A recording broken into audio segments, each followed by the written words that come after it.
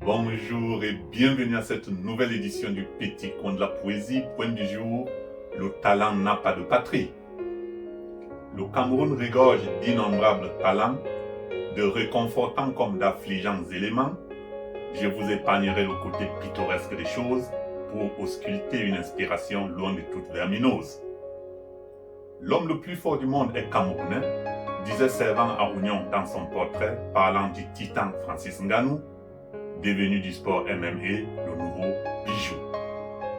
16 victoires parmi lesquelles 12 par KO, Francis est sur le ring un véritable taureau qui défonce ses concurrents au passage une fois seul avec eux dans la cage. Comme son patronyme l'indique, le prédateur dévore son butin avec un élan exécuteur. Curtis Bedes, Velasquez et Dos Santos ont subi les foudres du nouveau boss. Jezino et bien d'autres en ont bonne mémoire pour avoir vu s'envoler vite leurs espoirs.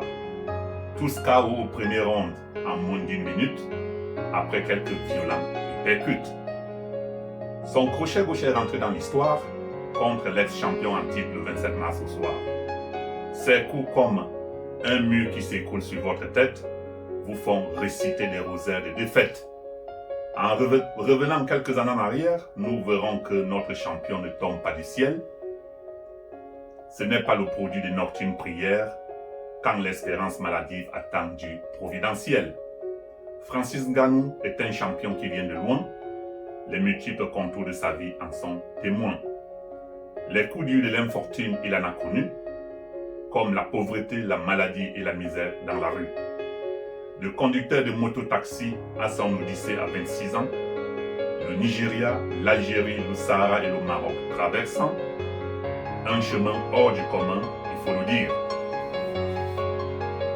Mieux encore, pour l'immortaliser, il faut l'écrire.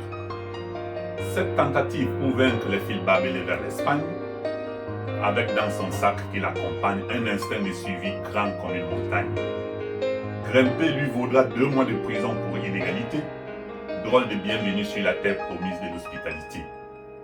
Raison de plus pour quitter les lieux en cas pour Paris, entre l'incertitude et l'espoir profond à la recherche de la vie. L'Hercule camerounais n'a pas eu non plus une enfance facile avant d'embrasser un matin le chemin épineux vers l'exil. Des parents divorcés, d'un proche à un autre errant, le transit chez la grand-mère comme station par moment. Du foyer d'accueil à Paris pour trouver sa chambre dans un parking, l'ambition et la chance le mèneront sur le ring, où Francis trouvera enfin sa vocation, faisant plus tard la fierté de sa famille et de toute une nation. De Batsié au Cameroun à la ceinture UFC, félicitons Ngannou pour cette ascension de génie, fruit d'une grande détermination.